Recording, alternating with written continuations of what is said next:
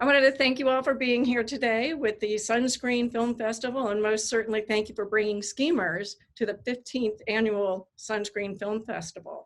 You want to take a second to introduce yourselves, Dave? Well, I'm Dave. I what did I do? Kind of wrote part of it, produced all of it, I suppose, putting money into it. Did a bit of the soundtrack, did a bit of the script, directing, usual bits and bobs. Just like it was a bit of an adventure, and here I am, and it's good fun, How you doing? I'm Connor, and I play Dave in his film Schemers. I suppose that's all I've got to say about it so far. So what was it like reliving this and seeing your life back up on the big screen? Yeah, it's funny that, because people ask me that, but it was really weird because Connor was just like an action replay of my life, as you used to say back in the days when they used to replay a goal at football or something. Action replay, play it again, It was like just watching Connor was like just watching me. It was like brilliant, Him on screen was like, wow, I used to be like that, 40 years ago. Wow, that was me. Jesus, can't believe you used to look like that. Well, maybe you're a bit better. But if you use your imagination, if you stretch it to amazing lengths. But it was just great to watch it, It's superb. That was it. Well, from a technical standpoint, with you being the director and the writer, were there certain things that you incorporated or styles of edit? Because that was one of the things that I noticed. I loved the color that you incorporated. I don't know if that was planned. I assume it was planned. And then the editing techniques, the way you were intercutting things and genres of music. To be honest with you, the edit was all down to a guy called Khaled Spiewak, who was fantastic. I've done thousands and thousands of concerts with thousands of bands, I'd never made a film, but I kind of knew what I kind of wanted, and that old saying, it all comes down to the edit, and that guy Khaled Spiewak we had, and Connor will back me up on that. The edit was basically everything, because he kind of cut it into a really good wee movie. We means small movie, as in Scotland. Hats off to him. He was absolutely awesome, But I kind of knew what I wanted, and eventually, after kind of a lot of trials and tribulations, we kind of got to, pretty much 90% what we wanted. I mean, probably Connor can enlarge on that, Yep. No, definitely. The film sort of evolved over a few years, as Dave said. He was like the sort of main inspiration. It was his story. He got the producing team together. He brought the whole team together. But Khaled done such a fantastic job on the edit, because the film was constantly changing. It was constantly evolving.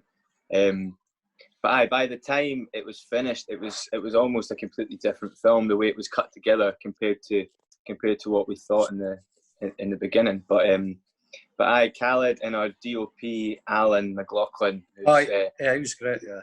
Yeah, he was great. He's sort of responsible for obviously the framing, and we were really lucky to have such a good wee team of sort of first time or beginner filmmakers, Really?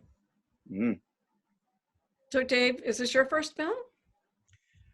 Yeah, well, I've done about 3 or 4 documentaries with Placebo. We did Trans-Siberian, that's a band I managed. We did Trans-Siberian Express in Russia. We did Angkor Wat Festival. We did, Southeast Asia tours. I did a Father Joe documentary at the Mercy Centre in Bangkok, which was really cool. It's all kind of documentaries I've done. But yeah, definitely, that's my first film, to speak of, And it was a good experience, but yeah, it's a good experience. Well done. I could see Connor laughing there, because we had such a laugh. It was mental, but it was good. Connor, how did you come to this film? Is this your first film, or have you done lots of other things? No, this is my first film. Really?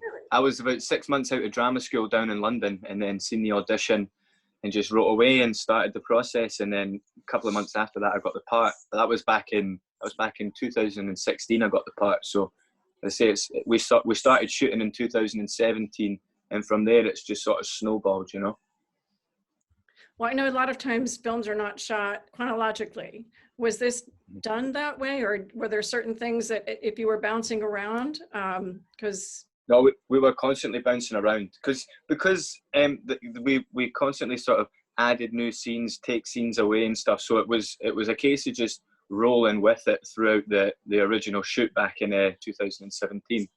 So it was, as Dave said, it was really mad. Like, we had so much stuff to shoot in quite a small amount of time, and obviously it's not like a massive budget film. You know, it's still reasonable budget, but it was it took a lot of concentration from everyone to get it all over the line. was everything in the story accurate? I'd say 90% everything in the film's true, but he would put his own spin on it, like, you know, and it'd be great, like, you know, just nuances and the way he'd behave or a look or whatever. He had his own character, but it's a lot like me, actually, to be honest. But like, everything in the story's pretty much true, except I never kept the Jack Vittoriano painting, unfortunately, because that'd be worth about $1 million now. So unfortunately, that was the only thing that I never kept. There were a couple times as I was watching that I'm looking at your character and Connor goes on and he's doing something. I'm like, no, please don't do it. Don't do it. And then even the look on his face is when he was like, oh, the defeated, you know, oh, what have I gotten into? Yeah, that was like it, like, you know, that was like me all the time. It was like, I still don't know how I became a success in the music business, because it's all like, what is the old saying, that you've got to fake it to make it and all that sort of stuff, like, you know. And I'm kind of writing a book just now with this guy at The Guardian in London, and it's got 2 titles. It could be Standing in the Shadows or Behind a Painted Smile, because I'm never really in the front, you know. I never talk about anything, you know. I'm always like quiet, and I'm only talk about this film because it's kind of close to my heart, you know. But it's just been an exciting life, you know. You know what? You know what was funny? I met, you know, Rowan Atkinson, Mr. Bean. Yes. Yeah, I was in LA years ago, and him and Mel Smith were there, and they were shooting Mr. Bean in LA or Mr. Bean in America. And I went in the elevator, and Rowan Atkinson was in the elevator, and he goes like this, whoop, whoop, and he looked, this kind of stupid look on his face. And then he gets out and goes, whoop, then he goes into the bar. And I met Mel Smith, who sadly died a few years ago. And I said to Mel, I said, I saw Rowan in the elevator, and he's like going, whoop, whoop. Like, he says, oh, that's him, he's in character, he does that all the time, he just did character, like, you know. So it's like really weird. So it's the people you meet in elevators, you know what I mean? I once met Charles Aznavour. You remember Charles Aznavour? Probably not, he's a French singer. I think he died about aged 100.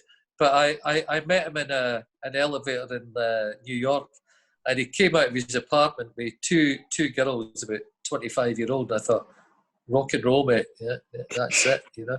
Thank you both for being here today with the Sunscreen Film Festival. We're so glad to have had Schemers show at the 15th annual Sunscreen Film Festival. So your next one, we'll see you soon. Take care. Yeah, Thank you awesome. so Thanks, Julie. Awesome. Really enjoyed the chat. It was brilliant. Thank you. I Thank you hope for you as well. You all be well. Take care. You Good too. luck. Bye-bye. See ya. Bye. Cheers. Seriously, when you said that in London, you know what? People make a lot of false promises and all that sort of stuff. But you stood up and said, I'm going to bring this to your film festival. And we were really chuffed. Remember, we said, fucking hell, Florida would be awesome, man. We can go there. And you delivered it. So, top man, well done. Thank you so much. Oh, thank you. Yeah. Like we said before, you know, in this business and in the music business, people don't follow through. And anybody that knows me, when I say I'm going to do something, I do something. That's the way I like to do things. So, all right. Well, I'm gonna jump off here. Great seeing you guys. I look forward to running into you in person sometime when we're allowed to travel. Oh, we will do. Okay, Definitely. cheers. All right. Thanks everybody. Bye. Cheers. Thank you. Nice one. Bye.